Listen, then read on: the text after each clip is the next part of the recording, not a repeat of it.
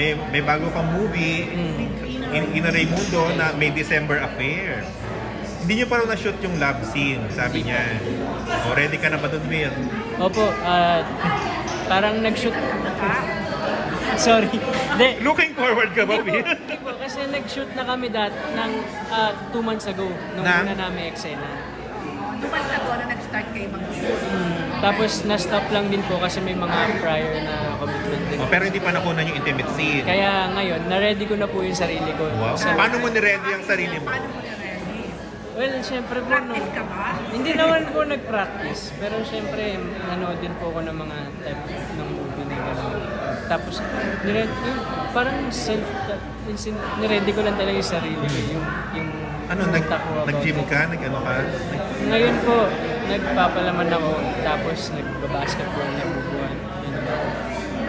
Oo, kasi dapat, syempre, pakita mo rin maganda katawan mo. Yeah, 21 ka na, no? Hindi ka na bagets, hindi ka na totoy na ano. Pero, handa ka ba doon sa intimate scene? Anong na-expect mo sa eksena ngayon? Kabado pa po ako. saan ka kinakabahan? Siyempre, first time ko po gawin. First ever intimate scene mo. Tapos, mas older po sa akin. Tapos kay Miss Ina pa. So, yun po yung inaano ko. Pero, nawawala naman po yung kaba ko kasi alam ko naman po yung gagawin ako ng Direkado. Kaya sa Direkado, close ko rin naman po sa Direkado. Ang in-offer sa'yo to na ganun nga yung tema ng movie tapos yung Ina, ano naging initial reaction mo? Sabi ko, sige po, game. Actually, sabi na po siya sa akin ni Direkado nung nag-shoot pa po kami ng fake life. Na parang si Ina ang giving jobs sa'yo. Sa TV. Sa cinema.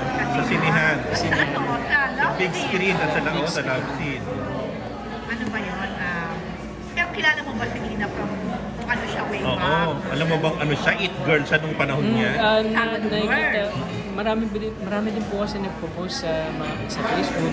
So, napapadaan sa video. Nakikita-kita ko na rin po. Then, nung parang nasabi nga po sa akin ng mga kapartner ko po siya sa isang movie. Sabi agad ng mga friends ko, tipo. Sabi niya, wow, ako na lang yan.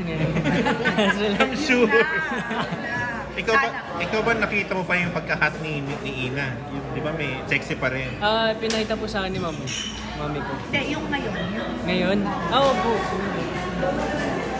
Parang 20 plus pa rin po si Ina. So, Will, after this, parang mature na yung mga kaya mo na? Hindi ko po alam sa magiging plan po ng MA po. Pero, let's see po.